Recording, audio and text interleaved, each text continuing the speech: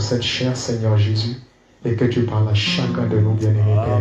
Que ta parole délie les liens, que ta parole, Seigneur, délivre, que ta parole guérisse, que ta parole élève, que ta parole restaure, et bénisse, Seigneur, au centuple, Seigneur, et à l'infini, dans, Seigneur Père, ceux qui nous écoutent par le moyen des ondes, comme ceux qui sont présents, Seigneur Père. Souviens-toi de nos frères qui sont au loin. Bénis, Seigneur Père, la retransmission. Au nom du Seigneur Jésus-Christ, nous t'avons ainsi prié. Amen. Amen. Voyageant dans le pays, je chante en marchant. Alléluia. Dans les âmes au calvaire, au flot moisi, mon nom percé par les flèches de don et de Léon.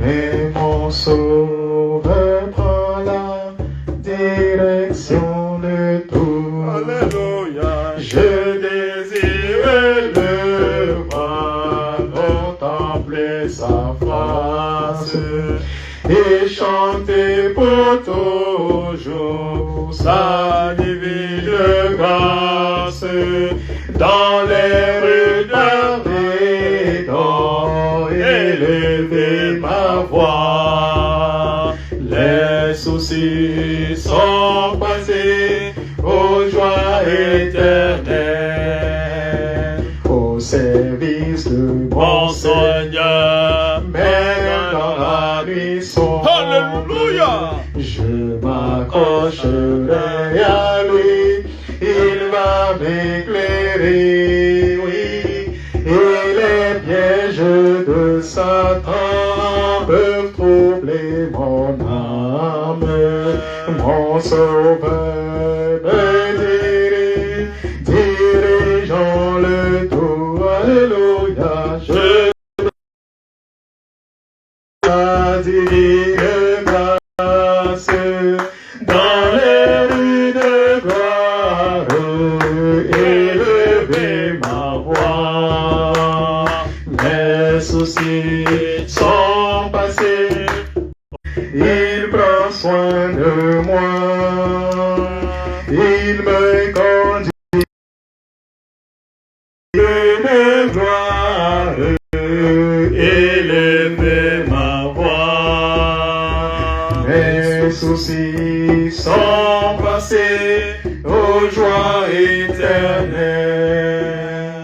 À la croix où mourut mon sauveur, je suis venu briser de douleur.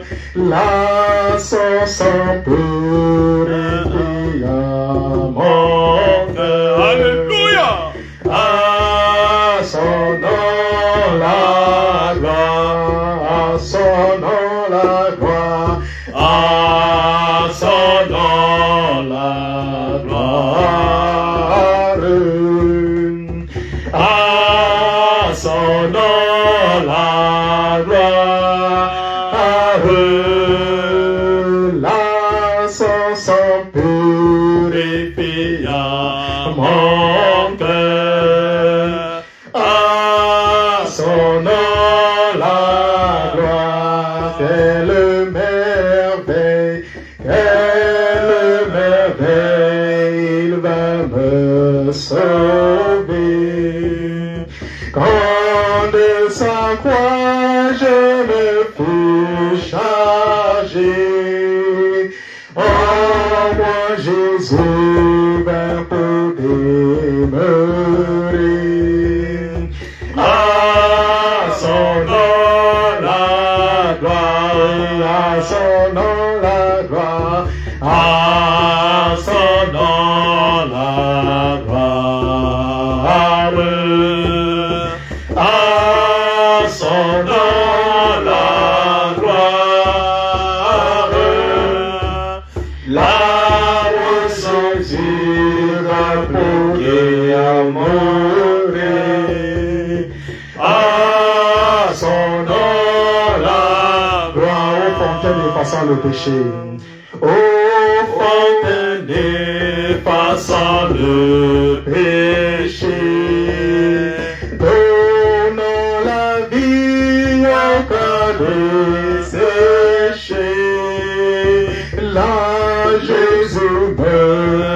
nous tient attachés. Alléluia. À son nom la gloire, à son nom la gloire, à la gloire, à son nom la gloire, la leçon vie appliquée à mon cœur. Alléluia. À son nom la gloire, gloire à son nom, gloire à son nom, gloire à son nom, à l'agneau immolé, la leçon fut appliquée à mon cœur. Alléluia. Gloire à son nom. Viens à la fontaine riche et douce, jette ton âme aux pieds du Sauveur, plonge-t'y aujourd'hui et sois pur. Gloire à son nom, chalet à son nom, gloire à son nom, gloire à son nom, gloire à son nom, l'agneau immolé, la leçon fut appliquée à mon cœur. Alléluia. Gloire à son nom. Amen. Amen. Que la gloire soit à son nom. Amen. Oh, c'est merveilleux. Amen. N'est-ce pas? Glorieux d'être dans sa présence. Amen. Comme David disait, je suis dans la joie quand on me dit allons à la maison de l'Éternel. Amen. Je crois que cette joie est aussi partagée pour tout un chacun d'entre nous. Amen. Amen. Amen. Alors nous allons incliner nos têtes pour un mot de prière. L'Éternel, notre Père et notre Dieu, nous voulons te rendre grâce de ce qu'il t'a plu de nous accorder encore cette journée.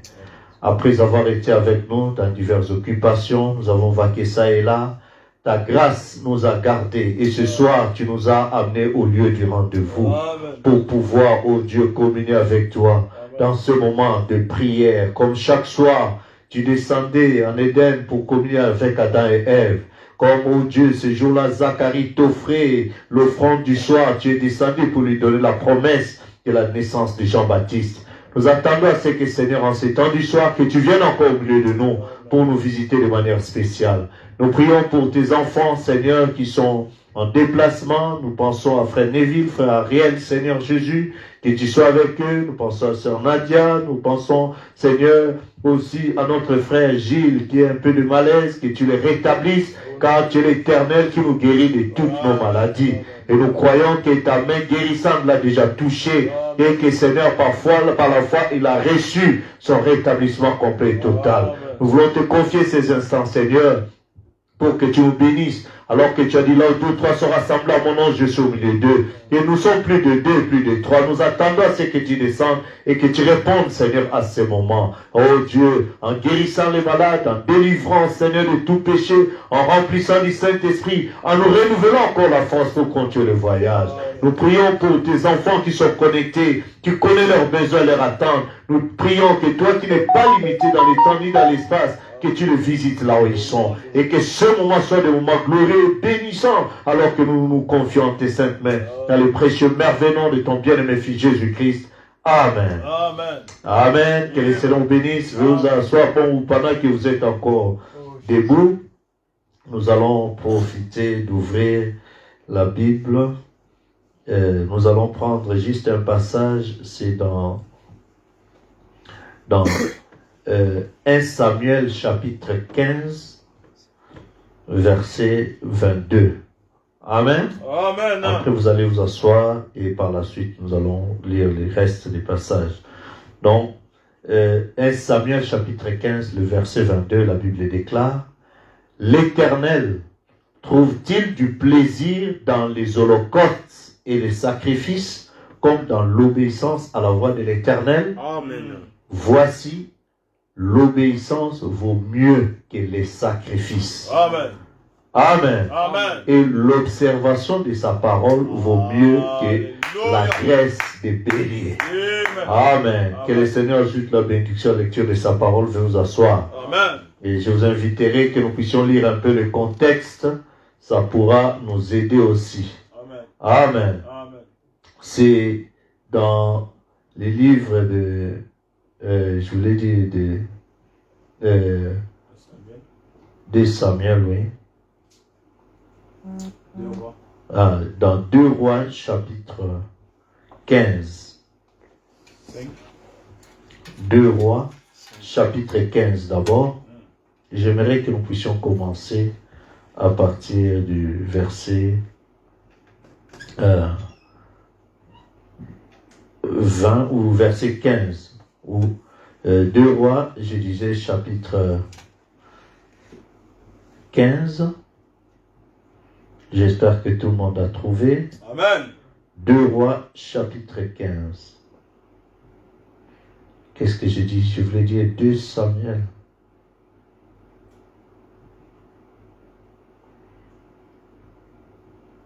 Deux Rois, chapitre 15. N'est-ce pas? Amen. Nous commençons à partir du verset 1.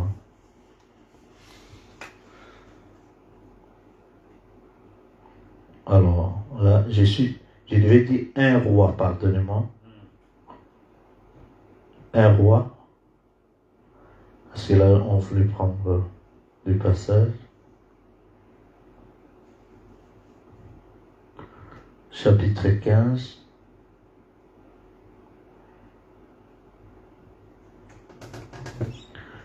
Là, nous avons commencé un Samuel. My God. Je vous parlais de 2 rois alors que je voulais parler de 1 Samuel chapitre 15. Nous commençons à partir du verset, parce qu'on va revenir dans 2 rois, mais je voulais d'abord que nous puissions prendre 1 Samuel, pardonnez-moi, chapitre 15. 1 Samuel chapitre 15. Nous allons revenir dans 2 rois après.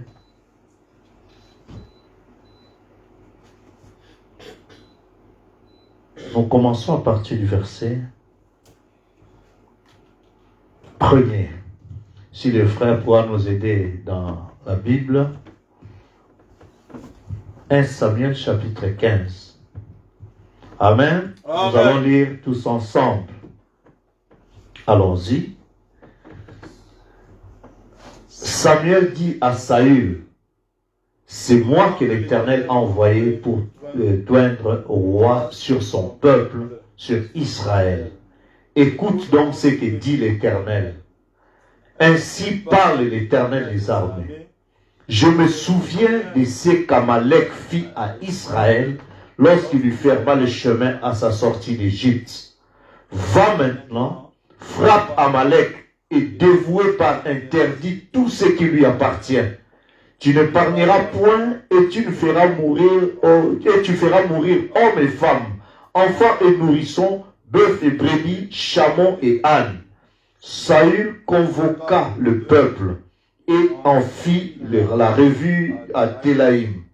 Il y avait 200 000 hommes de pied et 10 000 hommes de Juda. Saül marcha jusqu'à la ville d'Amalek et mit une embuscade dans la vallée. Il dit aux Kéniens, « Allez, retirez-vous, sortez du milieu d'Amalek, afin que je ne vous fasse pas périr avec lui, car vous avez eu de la bonté pour tous les enfants d'Israël lorsqu'ils montèrent d'Égypte. » Et les Kéniens se retirèrent du milieu d'Amalek. Saül bâtit Amalek depuis Avila jusqu'à Shur, qui est en face de l'Égypte.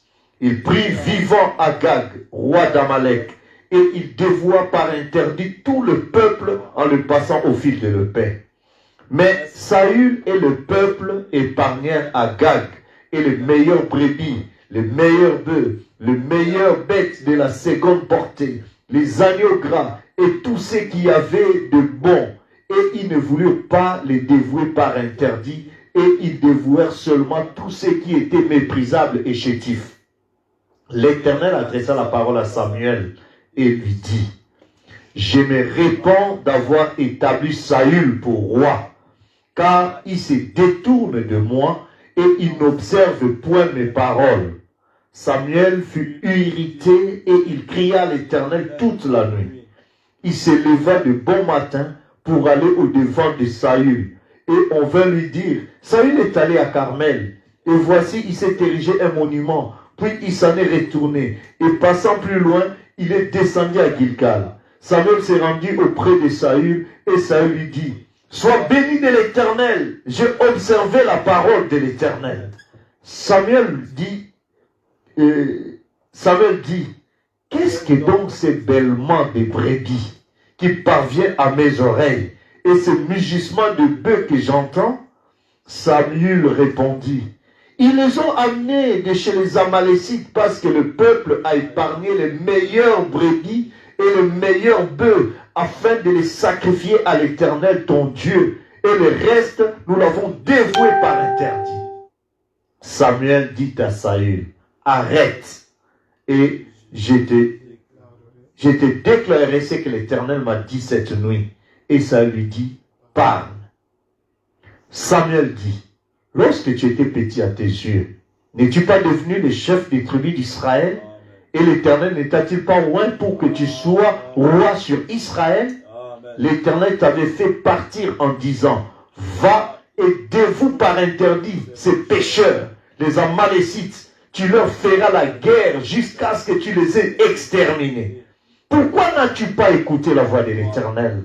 Pourquoi t'es-tu jeté sur le butin et as-tu fait ce qui est mal aux yeux de l'Éternel?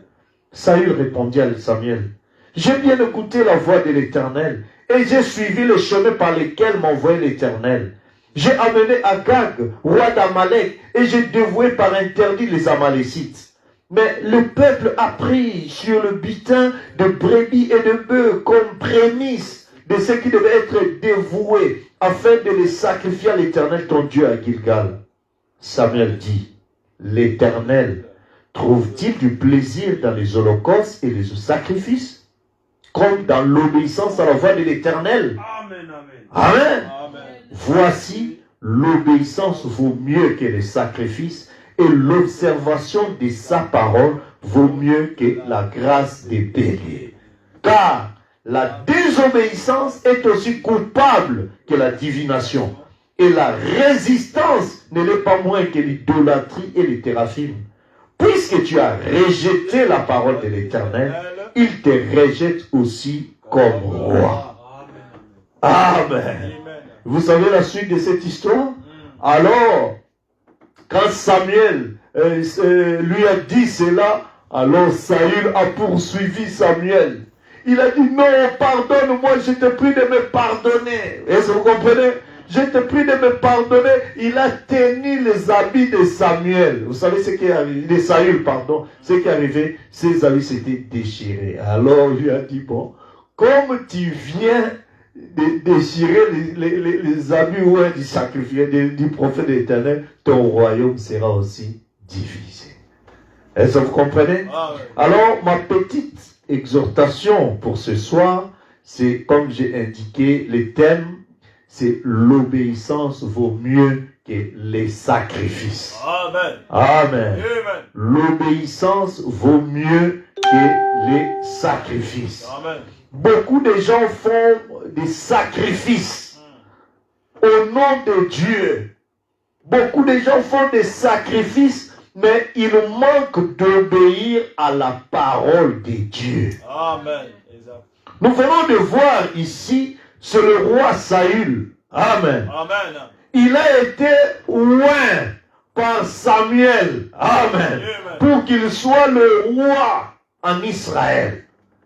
Et c'est le peuple d'Israël qui a réclamé à l'Éternel, nous aussi on veut avoir un roi comme les autres nations.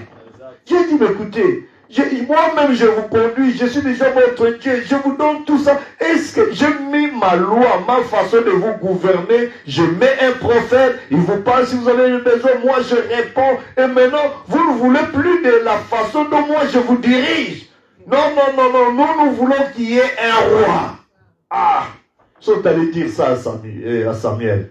Samuel a dit ça à l'Éternel. L'Éternel a dit, écoute ce peuple. C'est la démocratie, ils réclament. Bon, dites-leur.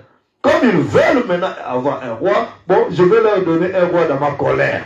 Ce roi-là va commencer à faire ça. Il va commencer à... Eux, ils ont demandé cela. Et le roi qui a été choisi, qui a été oint, c'était Saül. Et vous comprenez? Alors, quand Saül était roi et tout ça, il est arrivé un moment où il n'obéissait plus à la parole de Dieu. Dieu lui a dit, va chez les Amalécites. Amen. Détruis ce qui est là. Moi, je vais livrer ce peuple entre tes saintes mains. Mais je ne veux pas que mes enfants d'Israël puissent avoir les habitudes de ce peuple. Souvenez-vous dans Exode chapitre 23. Vous vous rappelez? Et souvent, on lit rapidement Exode chapitre 23. Dieu a dit, mon ange marchera devant toi. Amen. J'ai envoyé mon ange pour te faire arriver au lieu que j'ai destiné pour toi. Mais toi, écoute mon ange, écoute la voix. Si tu écoutes la voix, si tu obéis à tout ce que mon ange te dira, je serai l'ennemi de tes ennemis et l'adversaire de tes adversaires. Amen. Mais si tu n'écoutes pas, amen, alors il y aura des choses très tristes. Mais mon ange te conduira vers beaucoup de peuples qui sont ennemis à ma parole, qui sont ennemis à mes ordonnances. Mais sache que toi, tu n'imiteras pas ce peuple dans sa conduite. Nous allons lire ça rapidement, s'il vous plaît. C'est pas vraiment mon thème, mais c'est juste pour saisir le contexte. Dans Exode chapitre 23, à partir du verset 20. Voici, j'envoie un ange devant toi pour te protéger en chemin, pour te faire arriver au lieu que j'ai préparé. Amen. Donc Dieu a déjà préparé un endroit. Dieu envoie maintenant un ange pour te faire arriver à cet endroit-là. Amen. Et qu'est-ce que Dieu dit? Et pour te faire arriver au lieu que j'ai préparé. Tiens-toi sur tes gardes en sa présence et écoute sa voix. Amen. Quand on dit écoute sa voix, ça veut dire quoi en d'autres termes? Obéis à cet ange. Écoutez-le. Amen. Est-ce que vous comprenez? Et écoute sa voix. Ne lui résiste point. Parce qu'il ne pardonnera pas vos péchés, car mon nom est en lui. Amen. Mais si tu écoutes sa voix, et si tu fais tout ce que je te dirai, en d'autres termes, si tu obéis dans tout ce qu'il te dira, amen. Qu'est-ce qu'il dit? Je serai l'ennemi de tes ennemis et l'adversaire de tes adversaires.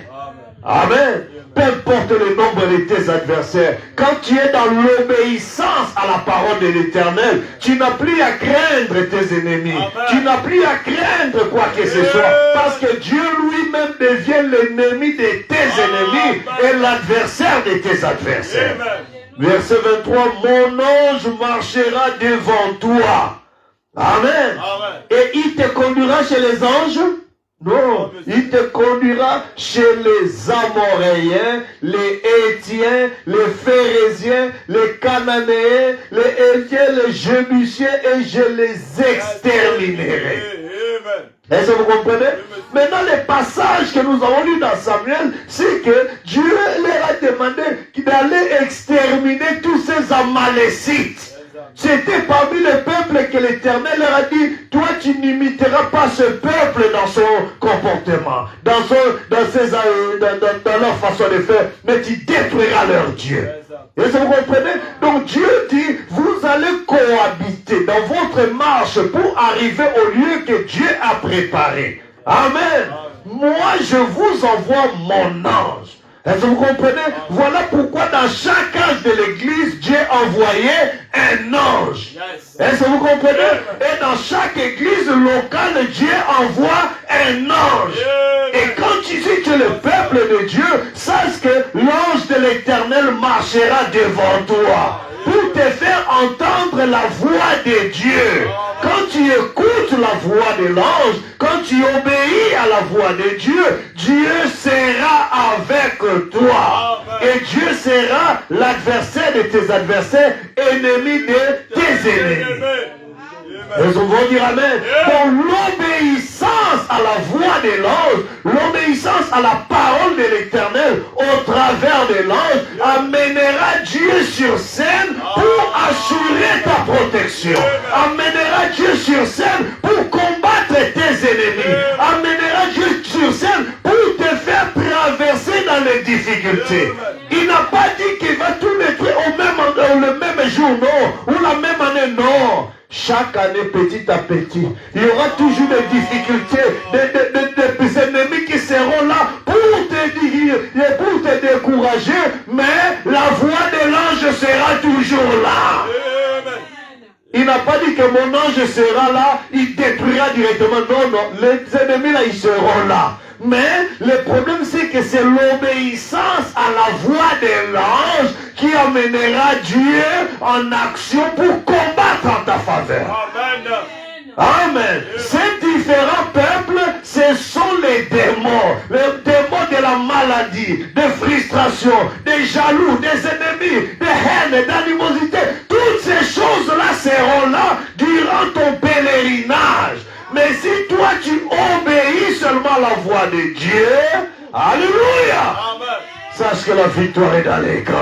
Lui-même sera ton avant et ton arrière-garde.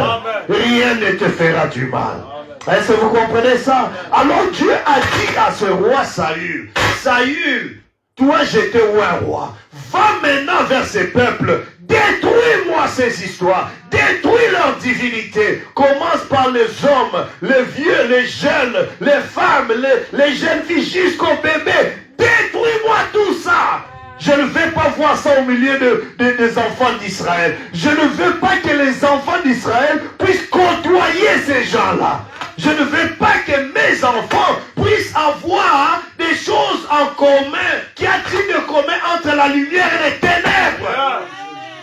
Vous êtes les enfants de la lumière.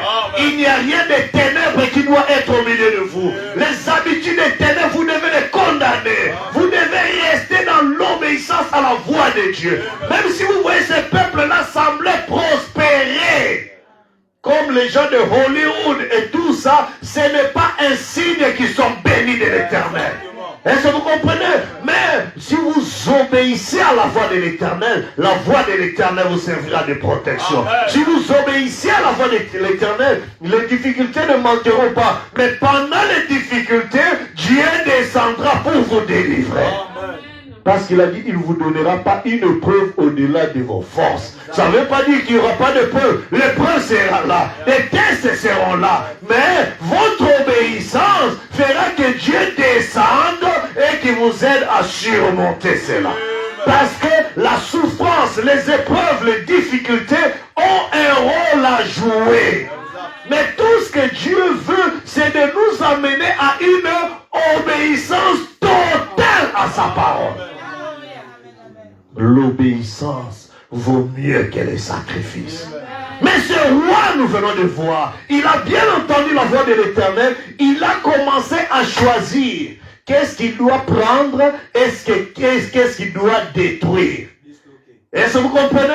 Il prend bien la parole de l'Éternel, mais lui-même il a dit, ah ça c'est négligeable, bon, je vais obéir quand même à cette parole, mais cette partie-là, je ne vais pas trop obéir. Il a arrangé ça à sa manière.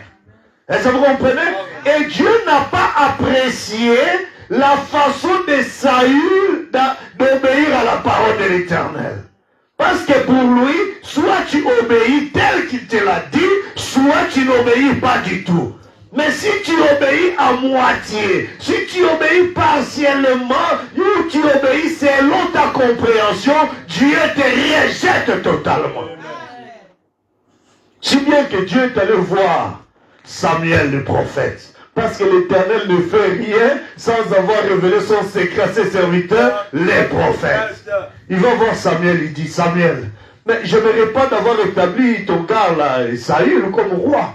Mais Seigneur, qu'est-ce qu'il y a encore? Mais il est revenu victorieux et tout ça. Il dit, non, écoute, la victoire, moi j'avais déjà dit, j'ai donné la victoire.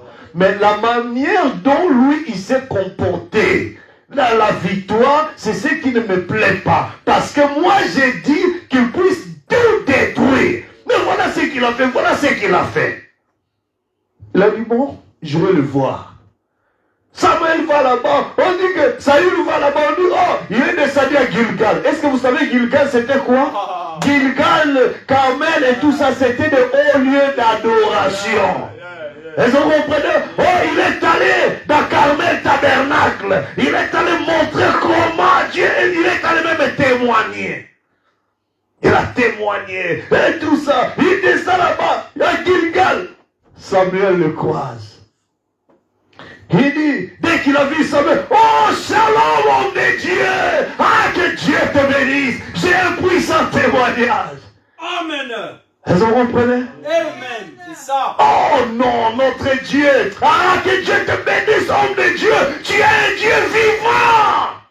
Ce que tu nous prêches, c'est la vérité. Oh non, tu nous as dit que Dieu nous a donné la victoire. Voilà, je suis parti là-bas et tout ça. L'homme de Dieu était resté là calme en écoutant les grands témoignages. Il témoignait de Dieu. Il dit, mais écoute, merci pour ce témoignage, mais c'est quoi ce bêlement là que j'entends là? De murmures là.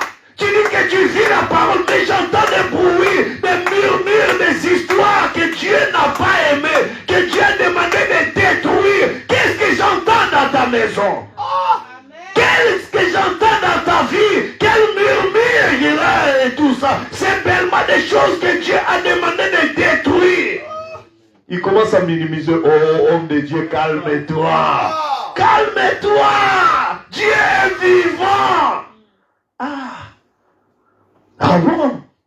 Laisse-moi t'expliquer. En fait, tu vois, quand nous sommes allés là-bas, nous avons tendu le pied et Dieu est descendu. Ils sont partis à l'embuscade et tout ça. Maintenant, ce qui s'est passé, c'est que le peuple, après avoir tout détruit, ils ont dit non. Comme notre Dieu est tellement grand, ils ont pris ces béliers, ces bœufs, et toutes ces vaches-là, grâce et tout ça. On devait donner ça écoutez-moi les termes là, des prémices à l'Éternel, ton Dieu. Vraiment.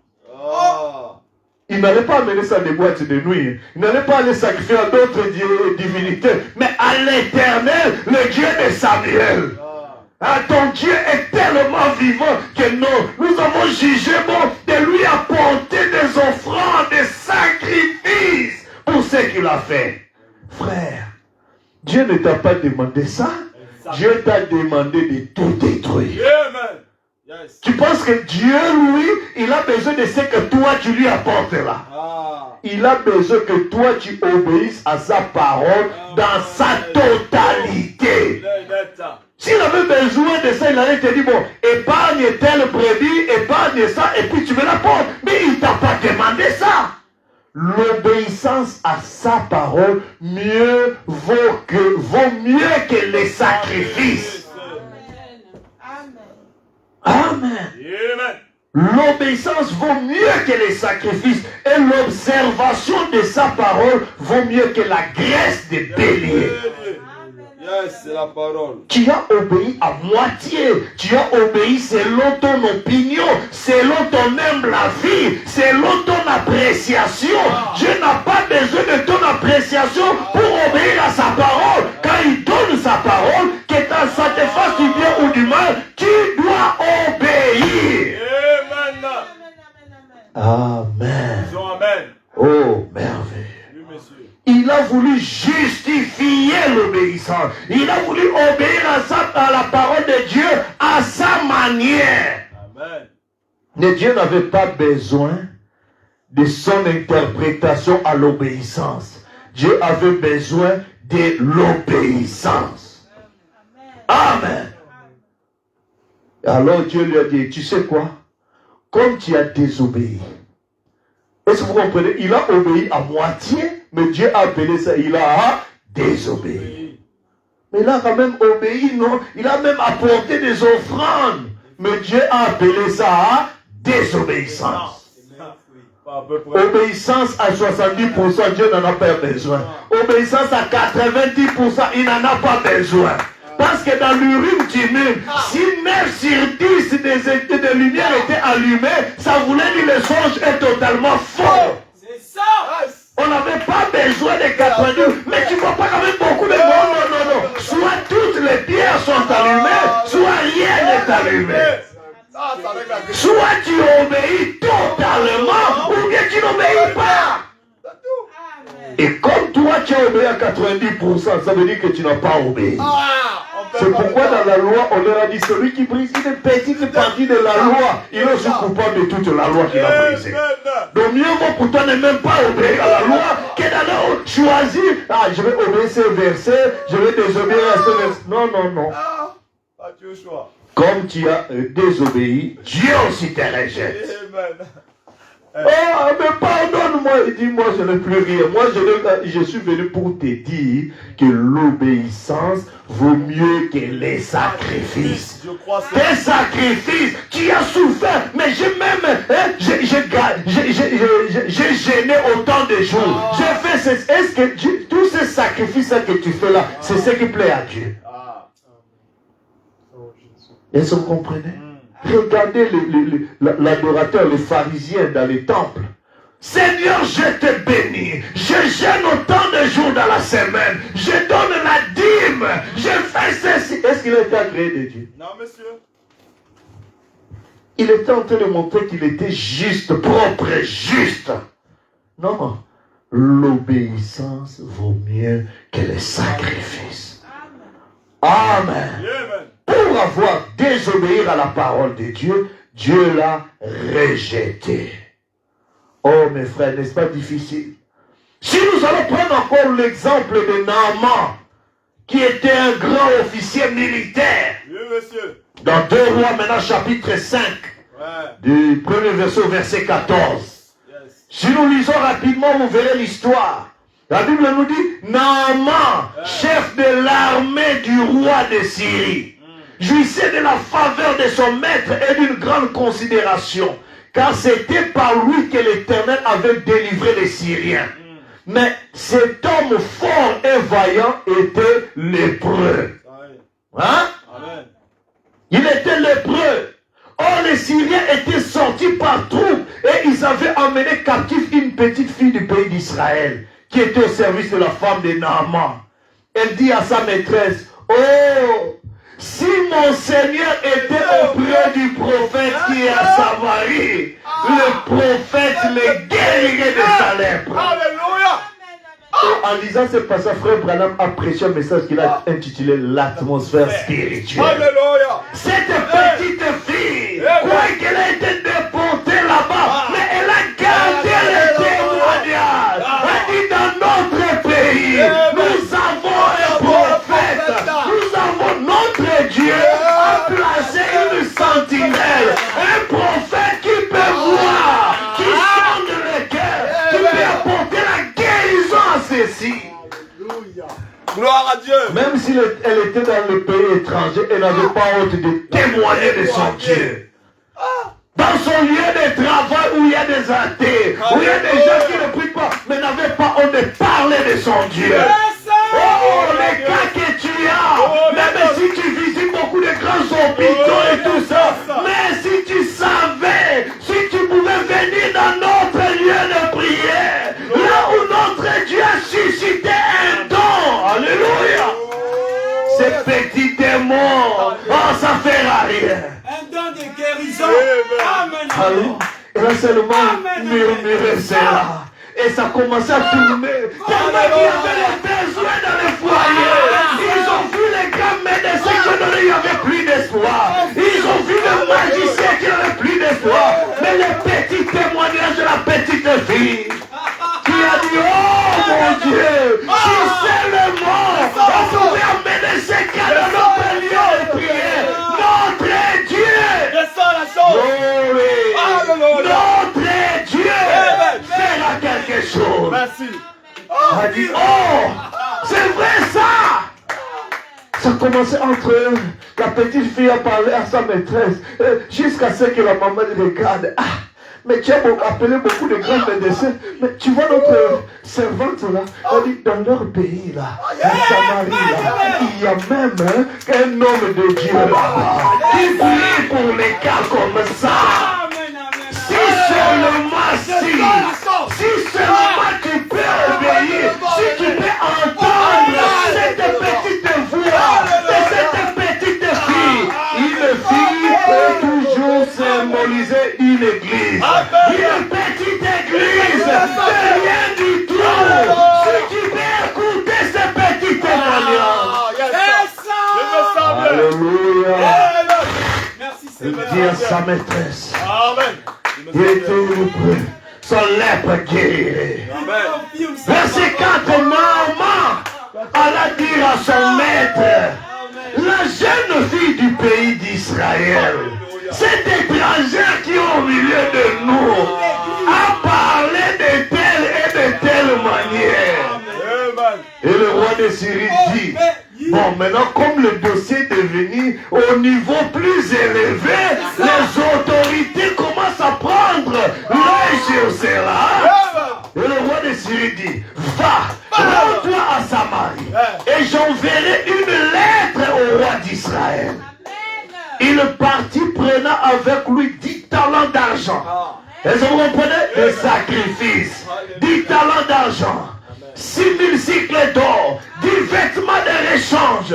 Il porta au roi d'Israël une lettre où il était écrit, maintenant que cette lettre te sera parvenue, tu sauras que je t'envoie Naaman, mon serviteur, afin que tu le guérisses de sa lèpre. Après avoir lu la lettre, le roi d'Israël, vous êtes avec moi? À Jérusalem, la grande église, la grande église étatique, déchira ses vêtements et dit, suis-je un Dieu pour faire mourir ou pour faire vivre? Qu'il s'adresse à moi afin que je guérisse un homme de sa lèpre. Sachez donc et comprenez qu'il cherche une occasion de dispute avec moi. Il dit que le domaine de guérison là, c'est Dieu. Mais nous, l'église de l'État, ces histoires-là, nous ne connaissons pas ça. Tu nous cherches des problèmes ou quoi? Merci. Lorsqu'Élisée, homme de Dieu, apprit que le roi d'Israël avait déchiré ses vêtements, il envoya dire au roi, pourquoi as-tu déchiré tes vêtements? Laisse-le venir à moi. Et il saura qu'il y a un prophète en Israël. Amen, amen. Laissez-les, ça ce n'est plus le domaine des grandes églises dénominationnelles. Laisse-les venir là où il y a Élisée. Élisée c'était qui? C'est le disciple d'Élie. Élisée c'était qui? C'était le croyant du message d'Élie. Alléluia. Laisse-les venir. Il saurait que le Dieu d'Élie avec Élisée. Qu'il vienne. Qu'il ne puisse pas rester là. Ne t'inquiète pas. Alléluia. Il saura que le Dieu du prophète d'Élie est toujours là. Naaman vint avec ses chevaux et son chat et il s'arrêta à la porte de la maison d'Élisée. Alléluia. Savez-vous que c'est toi Élisée? Je m'adresse à Élisée. Alléluia. Je m'appelle pas Élie, je m'adresse à Élisée. Élisée c'était le disciple d'Élie qui suivait, qui a reçu la double portion de l'esprit d'Élie. Alléluia. Naaman vint avec ses chevaux et son chat et il s'arrêta à la porte de la maison d'Élisée. À la porte de l'église d'Élisée Tabernacle. Est-ce que vous êtes avec moi? Parce que à Israël Tabernacle, la grande église, ils ne pouvaient pas faire ça. Maintenant, il fallait chercher chez Élisée Tabernacle, là où il y avait les disciples d'Élie. Amen. Élisée lui fit dire par un messager. Confirme sa parole. Vous êtes avec moi? Amen, amen. Va et lave-toi 7 fois dans le Jourdain. 7 fois. Ta chair redeviendra saine et tu seras pur. Élisée n'a même pas voulu le voir. Élisée a seulement prononcé la parole. Va lui dire qu'il aille se laver dans le fleuve Jourdain pendant 7 fois. Alléluia. Un dossier qui n'a pas été géré par les grandes églises. C'est un dossier qui a été compliqué. Elle dit, ces cas-là, je n'ai pas besoin de voir les mains. Je n'ai pas besoin d'imposition des mains. J'ai déjà prononcé la parole. J'ai prononcé la parole. C'est un amant d'écouter la parole, de croire la parole et d'obéir à la parole. Alléluia. Quand on lui a dit ça, maman fut irritée. Parle, Seigneur. Et vous êtes avec moi. Adam fut irrité, il s'en alla en disant, voici je me disais. Et vous comprenez? Dans sa compréhension à lui. Voici je me disais. Amen. Il sortira vers moi et il se présentera lui-même. Il invoquera le nom de l'Éternel son Dieu. Il agitera sa main sur la place et guérira les lépreux. Ils s'étaient imaginé un scénario de rite pour sa guérison. Et comme la parole du messager est venue en dehors de ce que lui voulait, il s'est fâché. Il s'est irrité. Alors qu'il avait la parole de la guérison devant lui, il refusa d'obéir. Il voulait s'accrocher à sa façon de voir et à sa façon d'imaginer sa guérison. Frère, bien-aimé, tu n'as pas à imaginer comment Dieu va opérer ton miracle. Tu n'as pas à imaginer comment Dieu va changer ta situation. Obéis à la parole. Merci, pasteur, c'est clair. Tu n'as pas entré dans le laboratoire de Dieu pour savoir comment il va faire ses mélanges. Ce n'est qu'à toi d'obéir. Amen, amen. Parle, Seigneur. Oui. Parle, mon Dieu. Oh, non, ma fille héritée. Mais c'est quelle façon-là, hein? Je suis arrivé même à la porte de l'église. Au lieu même de sortir, de se présenter au homme de Dieu, au vaillant ministre et tout ça. Mais il ne considère même pas mon grade. Il n'a pas vu le voyage. On dirait, mais c'est quoi ça, cet homme de Dieu-là? Fâché. Frère, la parole qui était sortie, ce n'était pas la parole d'Élisée, c'était Dieu dans Élisée qui a parlé. Merci, Seigneur. Que ça le plaise ou pas, il avait à obéir pour sa guérison. Amen, amen. Lui s'était imaginé avec tous les sacrifices que j'ai apportés, tous l'argent, les dons et tout ça pour lui offrir. Et c'est ce qu'il me dit vraiment. Mais non, ça, il s'est moqué de moi, ça. Mais il ne savait pas qu'il était en train de se moquer lui-même de sa guérison. Parce que la lèpre était toujours sur lui. Frère, tu n'as pas besoin de voir comment Dieu va te délivrer. Tu n'as qu'à obéir à la parole. Ce n'est pas à toi de réfléchir. Bon, moi je pense, hein, il va faire ceci. Quand je vais dormir, quand on va prier pour moi, je vais commencer à trembler. Après, tu n'as pas besoin d'imaginer des choses. Crois et obéir. Crois et obéir. Amen, amen. Crois seulement. Crois seulement. Crois seulement. Amen. Tout est possible. Hein? Crois seulement. Merci, pasteur. Merci. Il s'est fâché. Il agit verset 12. Les fleurs de Damas, d'Abana et de Papa, ne valent-ils pas mieux que tous les eaux d'Israël? Ne pourrais-je pas m'y laver et devenir pur? Et il s'en retournait et partait avec fureur. Vraiment. Mais, Dieu soit béni. Amen. Ses serviteurs s'approchèrent pour lui parler. Ils dirent, bon père, si le prophète tu demandais quelque chose de difficile, Vraiment. Dieu se cache et se révèle dans la simplicité. Le message était trop simple pour ce grand homme. Amen. Ces ministres, ces vaillants, ce commandant, ils regardaient ces galons. Mais ces serviteurs même commençaient à dire, mais mon père, si le prophète avait demandé quelque chose de si difficile, hein, ne l'aurais-tu pas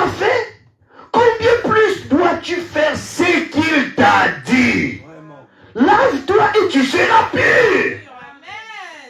Au lieu d'obéir, d'abord tu commences à te fâcher parce que le message a été prêché de la manière dont toi tu n'as pas aimé. Et tu te fâches. Et tu sors. Tu commences à repartir furieux. Tu quittes même l'église en question. C'est quelle façon ça? Oh, Dieu résiste aux orgueils. Amen, amen. L'humilité précède la gloire. Amen, amen. L'obéissance totale à la parole donne au droit au signe. Amen. Ne l'aurais-tu pas fait? Combien plus dois-tu faire ce qu'il t'a dit? Lave-toi et tu seras pur. Il descendit alors et se plongea 7 fois dans le Jourdain selon la parole de l'homme de Dieu. Et sa chair redevint comme la chair d'un jeune enfant. Il fut pur. Alléluia! J'imagine qu'il a dit, bon, j'entre d'abord la première fois et je sors. Il y avait encore la lèvre. Est-ce que celui-là, il ne se moque pas de moi? Il entre encore la deuxième fois, il sort encore. Il y avait encore la lèvre. Mais certainement, ses disciples lui ont dit, mais papa, il t'a dit 7 fois. Ne fais pas 3 fois, 4, même 6 fois. Certainement, 6 fois, il a dit, ah bon, ah pardon. Parce que là, je vois qu'il se moque correctement de moi. Ils ont dit, mais il reste seulement une fois. Vraiment. Entre seulement. Vraiment. Parce que c'est la perfection. C'est l'achèvement de Dieu. Obéis totalement. Pas à moitié. Obéis. Quand il a obéi 7 fois, il a crié les 7 sceaux. Il a avalé les 7 tonnerres. Il a crié dans le Dieu des 7 âges de l'église. Alors la pureté est révélée. Amen. Est-ce que vous comprenez? L'obéissance vaut mieux que le sacrifice. Résister. Dites, moi je pense. Ça c'est ton opinion. Oublie ça. Si tu veux voir la main de Dieu, n'imagine pas des choses. Nos pensées ne sont pas ses pensées. Ses pensées ne sont pas... Nos voix ne sont pas ses voix. Ses voix sont tellement au-dessus de nos voix que nous ne pouvons même pas imaginer comment Dieu a planifié. S'il a dit quelque chose, il est fidèle. Dieu tient sa parole. Il n'est pas un homme pour mentir, ni un fils de l'homme pour se repentir. Mais ce qu'il dit, il a dit les cieux et la terre passeront, mais mes paroles ne failleront pas. On peut prendre encore un autre exemple. Amen. Ah, je viens de terminer. On va prendre Jonas. Jonas chapitre 1er. Cet homme de Dieu, Dieu l'a appelé. Amen. La parole de l'Éternel fut adressée à Jonas, fils d'Amitai, en ces mots. Lève-toi et va à Ninive, la grande ville. Et crie contre elle.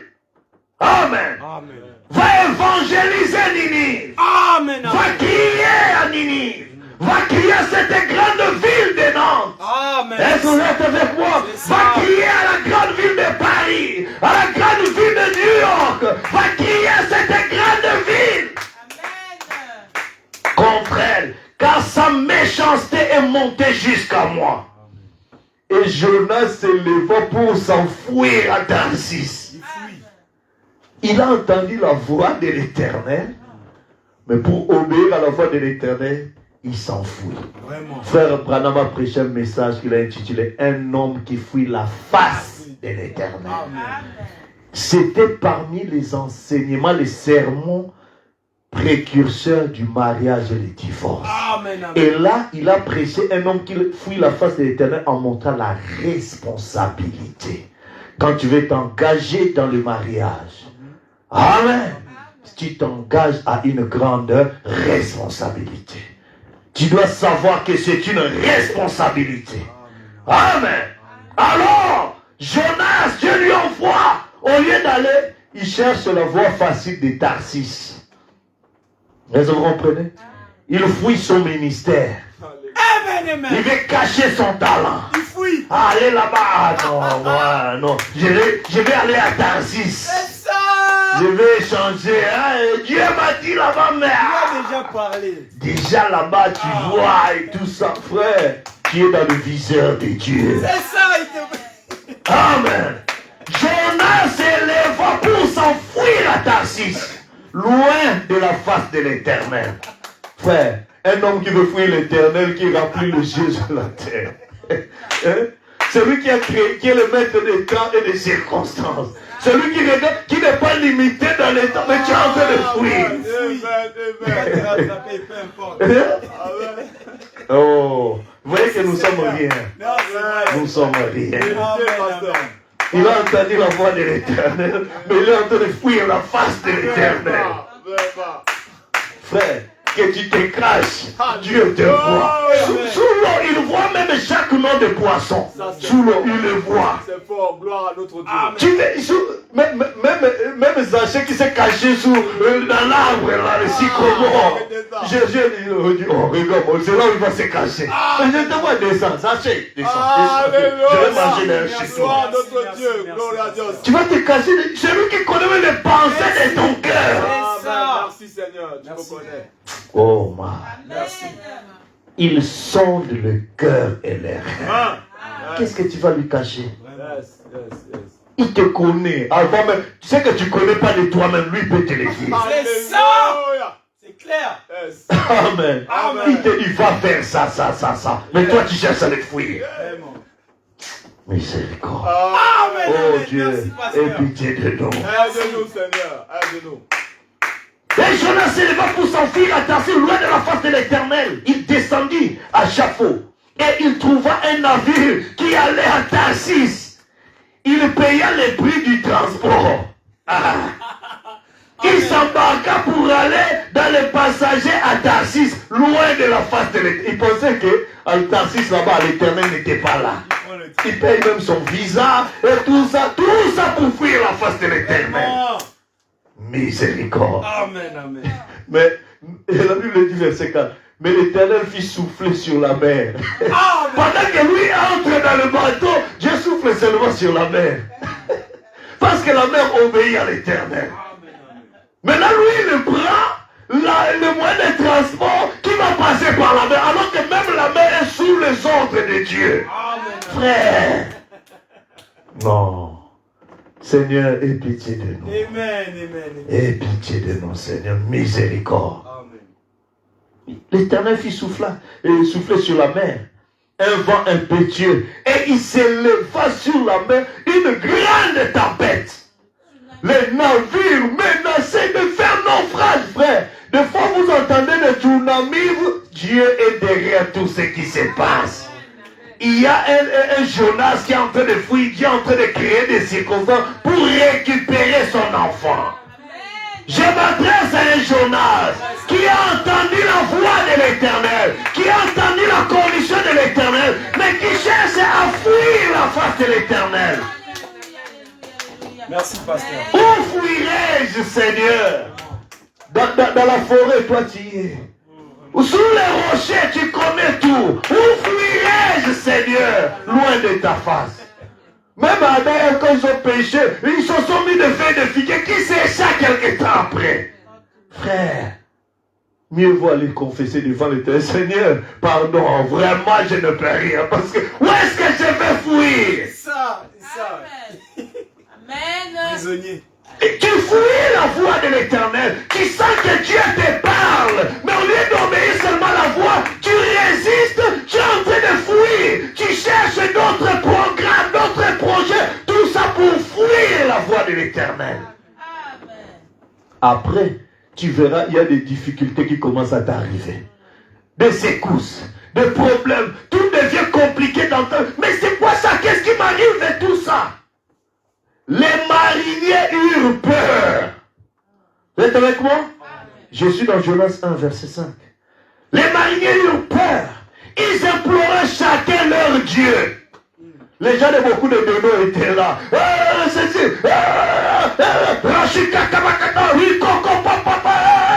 Chacun fabriquait ce qu'il voulait pour que son Dieu puisse l'entendre.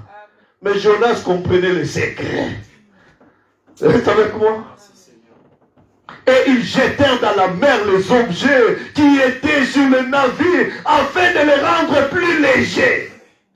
Jonas descendit au fond du navire, se coucha et s'endormit profondément. Il pensait que c'était comme ça qu'il pouvait fuir la face de l'Éternel. Le pilote s'approcha de lui et lui dit, pourquoi dors-tu? Lève-toi, invoque ton Dieu. Peut-être voudra-t-il penser à nous et nous ne périrons pas. Même le pilote veut lui dire, mais écoute, mais toi tu n'as pas de Dieu. Vraiment. Mais invoque ton Dieu, non? Ah, peut-être par ton Dieu là il va nous épargner. Donc lui qui fouillait la voie de l'Éternel, on lui rappelle quand même, mais parle quand d'abord à ton Dieu. Oh, tu es en train de fouiller dans un péché là, mais là où tu fouilles dans le péché, ce sont ces gens-là du péché qui commencent à t'exhorter. Mais toi qui es bien aimé, toi tu connais même pas une église là qui prie et tout ça. Hein? Amen, amen. Verset 7. Merci, pasteur. Dieu vous bénisse. Et ils se dirent l'un à l'autre, venez tirer au sort pour savoir qui nous attire ces malheurs. Vraiment. Ils tirèrent au sort et le sort tomba sur Jonas. Alors ils lui dirent, dis-nous, hein? Dis-nous qui nous attire ce malheur. Quelles sont tes affaires et d'où viens-tu? Quel est ton pays et de quel peuple tu es? Tu crois quel message? Hein? Toi tu es quel genre de croyant? Nous sommes de telle église, de telle dénomination. Mais toi tu es de quel peuple? Tu es de quelle race? Tu es de laquelle lignée? Dis-le-nous. Où est-ce que tu pries? Tu nous attires de problèmes et tout ça. Alors, ils lui dirent, et tout ça, verset 9, il leur répondit, je suis hébreu et je crains l'Éternel, le Dieu des cieux qui a fait la mer et la terre. Donc il savait que même la mer où il avait, c'est son Dieu là, c'est lui qui avait fait ça. Ces hommes eurent une grande frayeur. Hein? Et il lui dit, pourquoi as-tu fait cela? Car ces hommes savaient qu'ils fouillaient loin de la face de l'Éternel parce qu'il le leur avait déclaré. De noter que vous me voyez, le Dieu là qui a créé la mer là, qui a créé même la tempête, que vous voyez toutes ces choses là, je suis en train de le fuir parce qu'il m'a donné une mission. Moi je ne veux pas aller faire ces histoires là. Il dit, hein? De toi tu parles avec ce Dieu là qui a créé les cieux et la terre et même la mer. Tu causes avec lui, il te parle même. Ah, mais toi, tu es suspect, toi. Toi, tu es bizarre, toi. Hein? Alors, il lui dit, que te ferons-nous pour que la mer se calme envers nous? Qu'est-ce que nous devons te faire? Car la mer était de plus en plus orageuse. Il leur répondit, prenez-moi et jetez-moi dans la mer. Hein? Il dit, mais ils se sont dit, mais celui-là, il est bizarre. Il n'a même pas peur. Dans cette tempête-là, il demande qu'on puisse le jeter dans la mer, là, orageuse. Hein? Jetez-moi dans la mer, et la mer se calmera envers vous. Car je sais que c'est moi qui attire sur vous cette grande tempête. Amen. Il avait dit ça, mais il a dit, ah non. J'essaie de fuir, mais je comprends que non. Amen. Vous n'y êtes pour rien, c'est moi qui suis le problème. Amen. Débarrassez-vous de moi, vous ferez ce que... Chez vous, le calme reviendra. Alors Dieu fera quelque chose. Ces hommes ramaient pour gagner la terre, mais ils ne le purent, parce que la mer s'agitait toujours plus contre eux. Alors ils invoquèrent l'Éternel et dirent, ô Éternel, ne nous fais pas périr à cause de la vie de cet homme. Ils n'ont plus invoqué leur Dieu. Ils ont maintenant invoqué le Dieu de cet homme-là. On dit, oh Éternel, ne nous fais pas faire périr à cause de la vie de cet homme. À cause de la désobéissance de cet homme. Nous sommes en train de périr ici. Est-ce qu'à cause de ta désobéissance, il n'y a pas quelque chose qui est en train de périr dans ta famille? Dans ta maison, dans ton foyer, dans tes affaires? Est-ce que ta désobéissance n'attire pas des problèmes? Tu es calme dans ta désobéissance. Mon frère, si tu es de la sémence de Dieu, si tu es dans la lignée de Dieu, ta désobéissance fera que quelque chose ne marchera pas. Amen, c'est vrai, c'est vrai, c'est vrai, c'est vrai. Tu verras que Dieu changera des choses. Il bloque ici, bloque là-bas, et tout ça. Vérifie d'abord. Parce que l'obéissance vaut mieux que le sacrifice. Alors, puis ils prirent Jonas et les jetèrent dans la mer. Et la fureur de la mer s'apaisa. Dès qu'ils ont obéi à ce que Jonas leur a dit, et ils ont vu le calme revenir. Amen. Quand tu obéiras, quand il y a la tempête, quand il y a tout ça, n'oublie pas qu'il est le maître de la mer. Il calme la tempête. Et quand on l'a jeté, il y avait déjà un poisson que le Dieu de la mer avait apprêté pour le ramener là où il devait aller prêcher. Là où il devait aller évangéliser. Dieu avait déjà préparé un véritable sous-marin nucléaire qu'il a récupéré. Et quand il est entré dans le ventre de ce gros poisson, vous savez ce qu'il a fait? Il s'est agenouillé. Il a tourné les regards vers les temples. Il a dit, oh Dieu d'Israël, souviens-toi de la prière de Salomon. Qui a dit, pas tout ton peuple sera, s'il est en danger, qu'il prie les regards tournés vers le temple. Dieu des cieux, exauce-le. Il a confessé ses péchés dans le ventre du poisson. Tu peux aussi confesser ton péché. Tu verras les changements dans ta vie. Tu peux aussi tout arranger. Et c'est Dieu-là qui voit la profondeur de ton cœur, qui voit les regrets que tu as, sera prêt à te secourir. Il a entendu la prière de Samson qui a dit encore une fois, renouvelle mes forces. Et il a fait repousser encore sa chevelure. Il peut encore faire repousser ta consécration. Il peut encore faire repousser ta force de prière, ta force de consécration, et que le surnaturel revienne dans ta vie. Si simplement tu es prêt à renouer avec lui et à lui obéir. Amen, amen. Amen. Et vous savez, bon, je vais terminer l'air et avancer. Dans Romains chapitre 1er, le verset 5, Paul maintenant prend cela comme exemple pour expliquer que le but du ministère de l'apostolat, c'est d'amener les païens à l'obéissance à la parole. Amen. C'est pourquoi il dit dans Romains 1, verset 5, par qui nous avons reçu la grâce et l'apostolat pour gagner en son nom. Vous êtes avec moi? Amen. L'obéissance de la foi, tous les païens. Amen. Et tous les païens apprennent à obéir à lui. Quand même si tu es païen, peu importe le degré où tu as commis des péchés, mais quand tu commences à regretter tes péchés, à obéir à Dieu, Dieu qui voit que tu commences à lui obéir, il te fera grâce. Amen, amen. Merci Seigneur. Amen. Merci. Car il a dit dans Proverbe 28, verset 13, celui qui cache ses transgressions ne prospère pas. Mais celui qui les avoue et les délaisse obtiendra miséricorde. Tu prends la décision de revenir et de marcher dans sa voie, alors Dieu te fera grâce. Tout ministre de l'évangile cherche à mener les gens à obéir non pas à lui, mais à la parole de Christ. Quand tu obéis, c'est Dieu-là qui est fidèle à sa parole, sera au rendez-vous avec toi. Parce que dans Romains 6, verset 16, la Bible déclare, ne savez-vous pas qu'en vous livrant à quelqu'un comme esclave pour lui obéir, vous êtes esclave de celui à qui vous obéissez. Soit du péché qui conduit à la mort, soit de l'obéissance qui conduit à la justice. Amen. C'est pourquoi Paul se disait, Paul, prisonnier de Christ. Un prisonnier n'a pas de choix, il n'est là qu'à obéir aux ordres qui lui sont donnés. C'est vrai. Si tu deviens esclave de Christ, tu deviens prisonnier de Jésus-Christ, les pensées de Christ, ça devient des ordres pour toi. Amen. Tu commences à obéir à ça. Tu deviens prisonnier de Christ. Et la seule façon pour nous de mieux servir le Seigneur, c'est en devenant prisonnier de Jésus-Christ. Merci.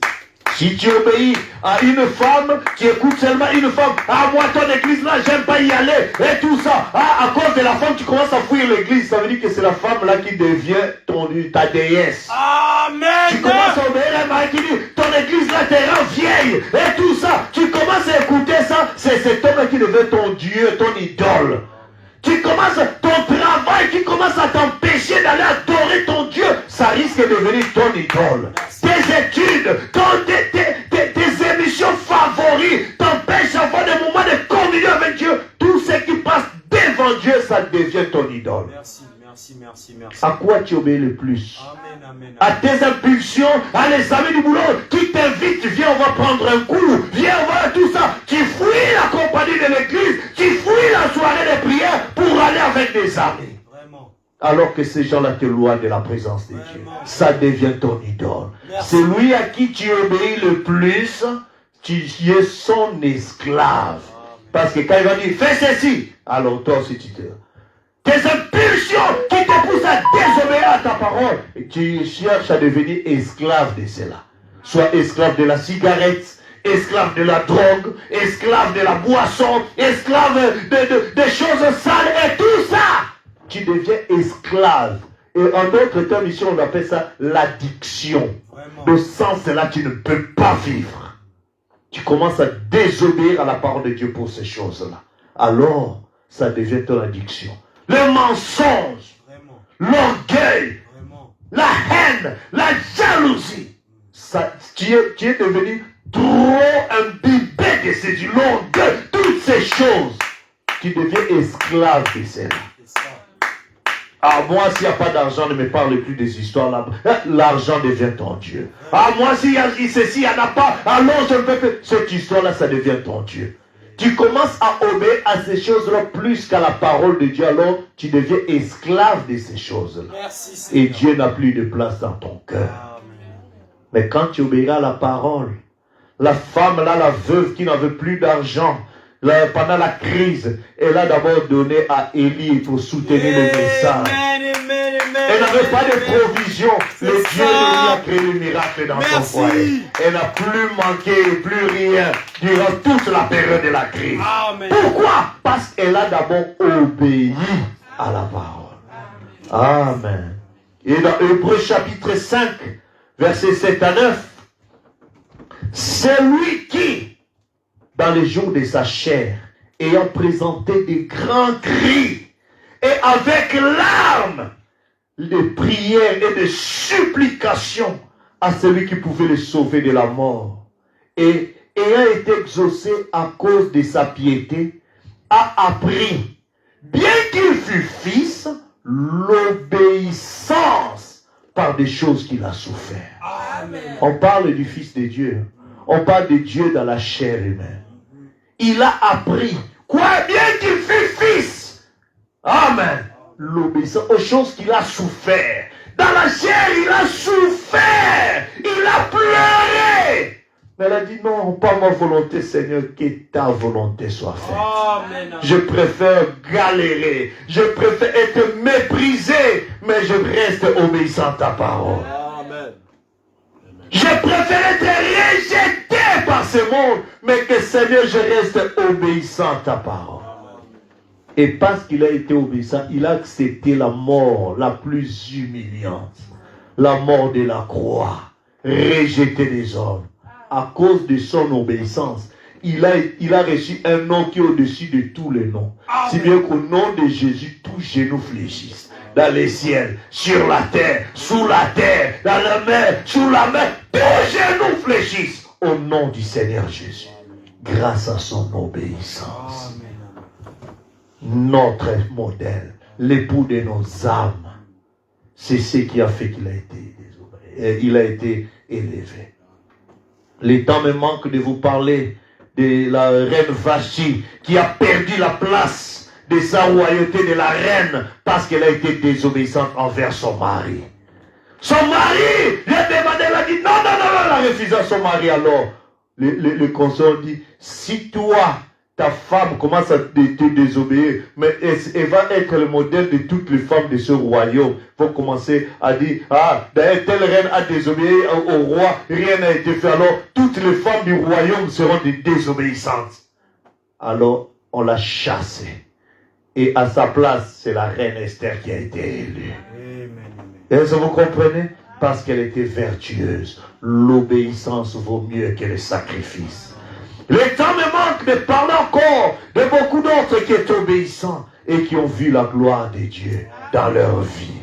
Amen. C'est pourquoi le prophète dit, pareil à l'aigle qui avait sur sa couvée, Écoutez, j'ai plus le temps de vous le lire, on lira prochainement. Écoutez mes amis, la seule façon pour vous de plaire à Dieu, c'est de lui obéir.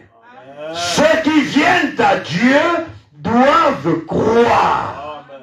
Celui qui s'approche de Dieu doit croire que Dieu existe et qu'il est le rémunérateur de ceux qui le recherchent. Donc, quelles sont les œuvres de Dieu? Paragraphe 54 et paragraphe 4, il dit, vous savez, c'est toujours mieux d'obéir à ce que le Saint-Esprit dit de faire. N'argumentez pas avec lui, mais obéissez simplement. Il se pourrait que vous ne compreniez pas le pourquoi, mais faites-le quand même. Si c'est le Saint-Esprit, Dieu a toujours raison. Y a-t-il quelqu'un qui peut dire Dieu a toujours raison? Peu importe combien tu pleures, peu importe combien la situation semble compliquée, dis-toi que Dieu a toujours raison. Jésus a pleuré, mais Dieu avait toujours raison. Il devait passer par là. La souffrance était là, mais son obéissance a fait que Dieu avait toujours raison. Tu pleureras pour ton obéissance. Tu pleureras parce que tu traînes un moment compliqué. Mais dans ces pleurs-là, Dieu voit combien tu souffres pour lui. Il va t'honorer. Humiliez-vous sous la puissante main de Dieu. Il vous élèvera au moment favorable. Quand tu t'humilies, peut-être ça peut te faire mal. On dira beaucoup de choses contre toi. Tu seras rejeté et tout ça. Mais quand Dieu va t'élever, les mêmes gens qui t'ont dénigré, on dit, ah. Ça, c'est vrai. Mais, ah bon? Oh non. Vraiment, la vie de l'homme, c'est ce qui sera dit. Pourquoi tu as obéi à la parole? Amen. Quand tu obéis à la parole, ne cherche pas à te venger ou à te comparer à quelqu'un. Fais ça parce que c'est toi et ton Dieu. C'est ton expérience avec ton Dieu et ton Dieu te bénira. Et pour terminer, je prends la voie pourvue par Dieu pour aujourd'hui. Au paragraphe 10 et 12 du 6 février 64, il dit, alors Dieu a pourvu d'une voie pour nous. Dieu aime ses enfants. Amen. Monte un peu. Dieu aime ses enfants. Vous êtes avec moi? Amen. La voie pourvue par Dieu. Il dit, monte. Voilà, monte encore. Continue à monter. Non, là tu descends. La citation qui vient après. Voilà, nous allons lire ensemble, s'il vous plaît. Amen. Alors Dieu a pourvu d'une voie pour nous. Dieu aime ses enfants, il aime son peuple. Il veut les aider. Est-ce que vous nous entendez? Il veut vous aider plus que vous voulez vous-même être aidé. Si vous pouvez simplement faire entrer ça dans votre cœur, que Dieu est plus disposé à vous aider que vous êtes disposé à vous aider vous-même. Mais il a une voie.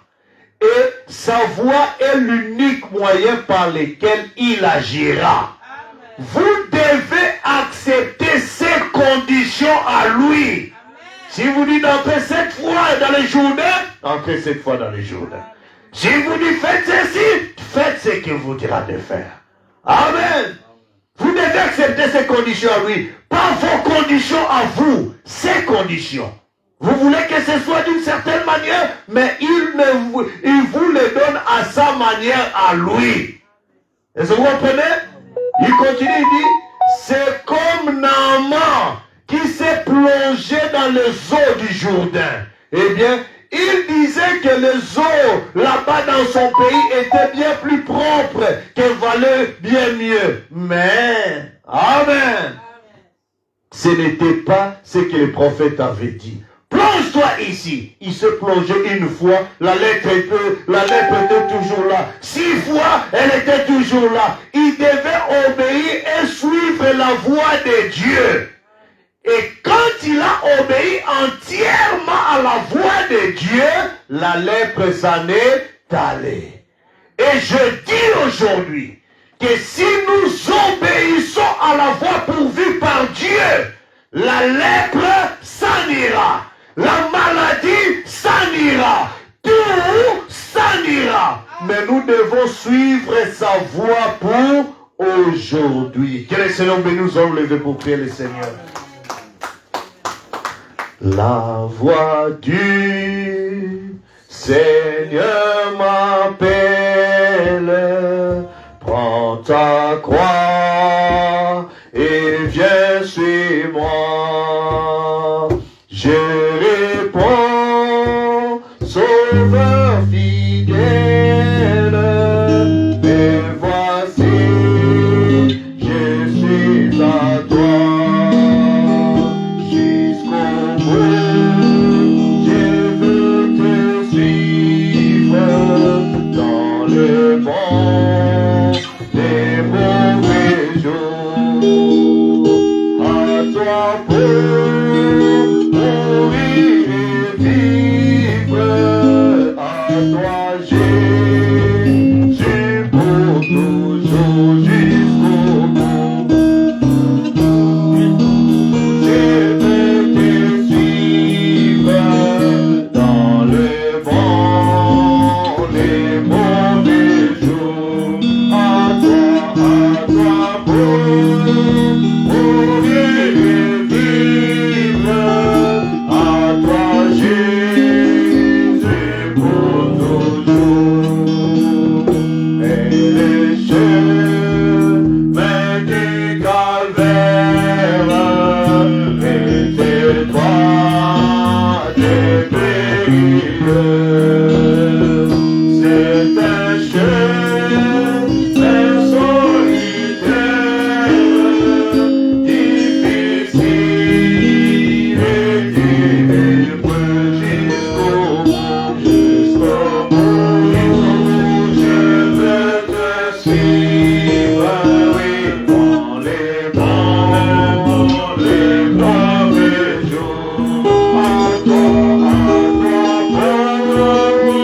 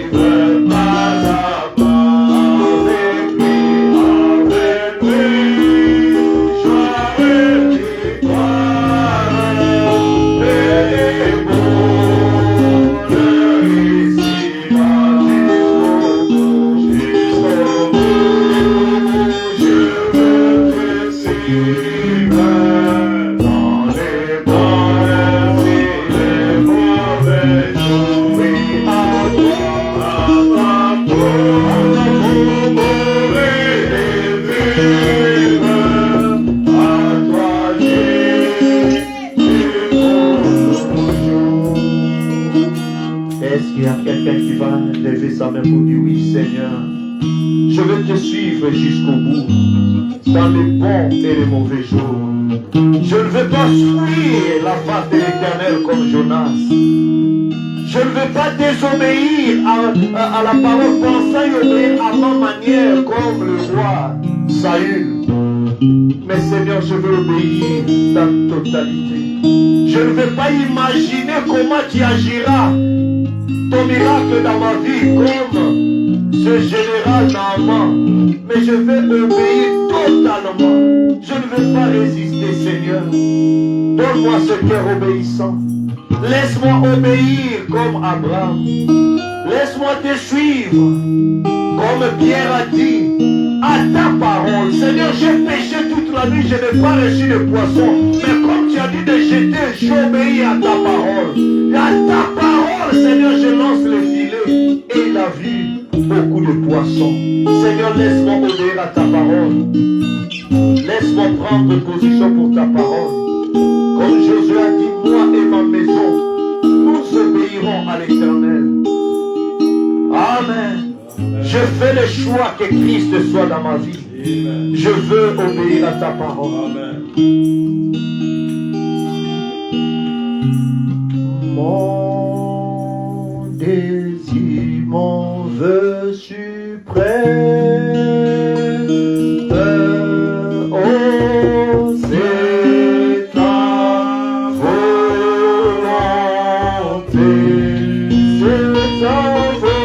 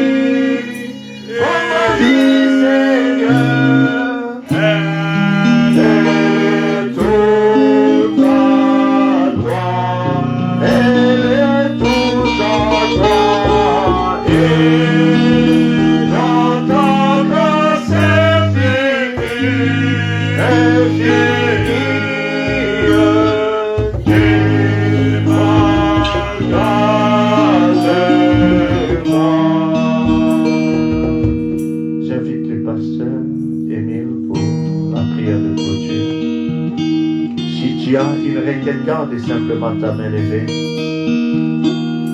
Sœur Marie-Ange, que le Seigneur te bénisse et que Dieu se souvienne de ton mariage et que sa grâce repose sur toi et ton mari. Alors que nous avons été inclinés. Éternel, nous te disons merci. Merci Seigneur mon Dieu parce que nous t'avons entendu nous parler encore ce soir. Ceci n'est pas le témoignage, ô Dieu, d'une affaire passée. Mais nous sentons comment nos cœurs brûlent quand tu nous parles. Alors que nous avons lu cela dans la Bible, il y a ces gens-là qui ont eu une expérience et qui ont rendu témoin que leur cœur brûlait quand tu leur parlais. Nous avons lu cela, Seigneur, mais maintenant nos oreilles ont entendu. Seigneur mon Dieu, nous avons lu ces expériences qu'ils ont eues dans la Bible. Mais nous, ce soir, nous pouvons rendre témoignage que ce n'est pas un homme qui nous a parlé, mais c'est toi, Seigneur. Ce que nous avons prié, ô Dieu, dans nos chants, tout au long de la journée, ce à quoi nous avons pensé, ce que nous avons partagé avec un bien-aimé, du haut de la chair ce soir, tu l'as encore redit. Mais éternel, parfois nous nous posons des questions. Parfois, ô Dieu, Père, nous sommes dans le doute. Parfois, Seigneur, Père, nous nous demandons même si nous y arriverons. Mais tu nous rassures le long du chemin. Parce qu'à un moment donné, ce n'est plus nos empreintes que nous voyons, mais nous ne voyons que tes empreintes. Laisse que nous puissions poser nos pas sur tes empreintes. Laisse, oh Dieu, que nous cessons de regarder à nous. Parce que lorsque cet homme qui avait marché sur les eaux a commencé à se regarder et de dire je peux marcher sur les eaux, la Bible dit qu'il est entré au fond. Parce qu'il avait cessé de regarder à toi. Seigneur, nous voulons regarder à toi ce soir. Nous voulons plus regarder à nos capacités, à nos sacrifices, à nos qualités. Nous voulons plus regarder, oh Dieu Père, à ce que nous sommes capables d'accomplir. Mais nous voulons voir à ce que toi, tu es capable de faire. Car c'est toi qui donnes le pouvoir. Et tu as dit le pouvoir qui t'a été donné, tu nous l'as remis, Seigneur. Ce que nous avons à faire, c'est de te croire. Ce n'est que tout simplement obéissant. Je demande ce soir, oh Dieu, que ce que le Saint-Esprit dit, nous devons simplement dire Amen. Car lorsqu'il nous parle, oh Dieu, cela règle la question. Tu vois les mains qui sont levées ce soir. Tu vois l'engagement de chacun dans son cœur. Car chaque jour, nous voulons croître. Chaque jour, nous voulons, oh Dieu, grandir spirituellement. Nous ne voulons pas rester sur place, mais nous voulons chaque jour recevoir de toi. Ne pas prendre cette parole les mains que vous oubliez. Ne pas prendre cette parole, oh Dieu Père, et d'en faire une affaire passée. Mais de pouvoir nous examiner pour voir si nous sommes toujours dans la foi. Bénis ton serviteur qui nous a parlé. Alors qu'il est monté à l'estrade, il s'est simplement attendu à toi. Seigneur, je prie que tu le bénisses au nom de Jésus. Je prie que tu lui accordes, oh Dieu, que chaque fois qu'il monte, Seigneur, pour parler de ta part, Seigneur, qu'il s'efface, mais que le Saint-Esprit prenne le contrôle. Bénis le ministère, ses enfants. Bénis sa charmante épouse, oh Dieu Père. Bénis, Seigneur Père, ceux qui croient que le mandat que tu lui as donné. Bénis ceux-là, oh Dieu, qui s'attendent à toi chaque fois qu'il ouvre la bouche. Ils sont présents ce soir. Ils sont venus avec des sujets de prière. Certainement, il y a des malades, Seigneur. La parole qui donne la guérison a été prêchée ce soir. Seigneur, peut-être qu'ils sont venus étant tourmentés. La parole qui donne la liberté, qui donne la paix et la délivrance a été prêchée ce soir. Car ce n'est pas un autre message, mais c'est la voix autorisée qu'il a répétée du haut de l'estrade, Seigneur. C'est pourquoi je te prie que toutes les mains levées soient bénies au nom de Jésus. Les mains levées dans la salle, les mains levées dans les maisons, les mains levées dans les véhicules. Alors que nous avons vu, oh Dieu, nos bien-aimés qui sont à voir être connectés parce qu'ils savent qu'ils ont un rendez-vous à cette heure-là. Je prie que tu les bénisses au nom de Jésus. Que ce soit Jean-Pierre, que ce soit Constantine, que ce soit Joël Moukou, tous ceux-là, oh Dieu, qui sont connectés. Il n'y a qu'un seul émetteur, c'est le Saint-Esprit. Ce n'est pas, oh Dieu, Facebook qui peut les bénir, mais c'est l'émetteur que le Saint-Esprit qui peut faire pleuvoir sur eux des abondants pluies de bénédiction. Laisse que la fraîche rosée descende dans chaque cœur. Laisse que la colonne de feu descende dans chaque cœur. Que tout ce que Satan a planté soit consumé par le feu. Mais que la véritable semence qui laisse croître, Seigneur, puisse être plantée dans le cœur au nom de Jésus. C'est toi qui arroses, Seigneur. Arrose encore ce soir ta parole. Confirme la parole, Seigneur, qui a été prêchée. Laisse que nous puissions revenir à toi tout en étant obéissants. De cesser à regarder nos capacités. Alors que ce matin encore, oh Dieu, tu nous as menés dans la parole. Tu nous as menés dans le message. Où le prophète Branham a dit que Seigneur, aide dans le septième, c'est une erreur. C'est la même parole qui a apporté ce soir. De ne pas regarder à nos sacrifices, de ne pas regarder à nos efforts, mais de regarder à toi seul, Seigneur. Bénis ta parole, bénis ce peuple, bénis chacun de nous. Sois avec ceux qui sont déplacés, ramène-les au Dieu avec un bon témoignage. Maman Sylvie également, nous croyons au Dieu Père, qu'il y aura un témoignage qui viendra de sa part. Bénis Carole également, Seigneur. Bénis tous les bien-aimés, Seigneur, à travers le monde. Ceux qui sont dans ce message, ceux qui croient ces paroles, ceux qui s'attendent au Seigneur et qui savent qu'il y a quelque chose qui se prépare. Bientôt nous rentrons à la maison. À toi la gloire et l'honneur. Dans le nom de Jésus, nous avons aussi prié. Maintenant que nous nous séparons, ramène dans nos demeures. Lorsque nos pieds toucheront le sol, le seuil de la maison, que la gloire de Dieu entre dans la maison, Seigneur. Accorde ta grâce et que ton nom soit béni. Dans le nom de Jésus, nous avons aussi prié. Amen. Une acclamation pour le Seigneur. Amen.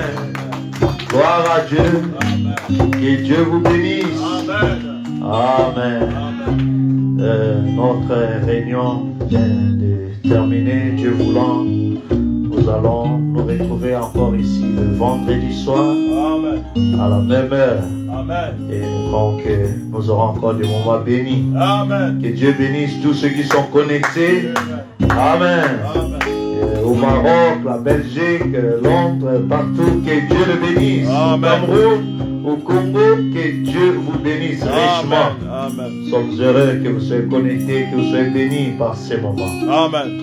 Alors que nous sommes arrivés à la fin, nous allons prendre juste un cantique.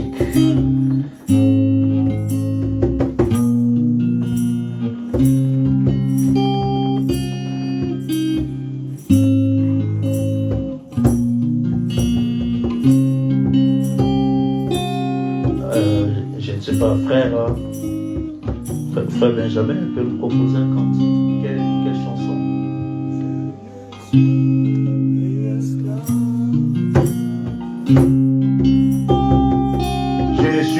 esclave de la peur. Je suis enfant de Dieu. Amen. Je ne suis plus esclave de la peur. Je suis enfant de Dieu. Je ne suis plus esclave de la peur. Oh non, je suis enfant de Dieu. Je ne suis plus esclave de la peur. N'aie pas peur, l'ange de l'Éternel est devant toi. Je suis enfant de Dieu. Je ne suis plus esclave de la peur. Non, non, non. Je suis enfant de Dieu. Je ne suis plus esclave de la peur. Je suis enfant de Dieu. Je ne suis plus esclave de la peur. Non, non, n'aie pas peur, obéis seulement à la parole de Dieu. Dieu c'est enfant de Dieu. Avant ma naissance, il m'avait choisi, appelé par mon nom. Il m'a adopté, je suis de sa famille, son sang court dans mes veines. Je suis plus esclave de la peur. Je suis enfant de Dieu. Je ne suis plus esclave de la peur. Je suis enfant de Dieu. Dieu ne nous a pas donné l'esprit de timidité ou de peur. Dieu nous a donné l'esprit d'adoption dans lequel nous crions Abba Père. Ça veut dire que tu cries à ton Père alors tu n'es plus esclave de la peur. Parle-lui. Obéis à la voix de ton Dieu et tu verras sa gloire. Si tu crois, tu verras la gloire de Dieu. Shalom, que Dieu vous bénisse.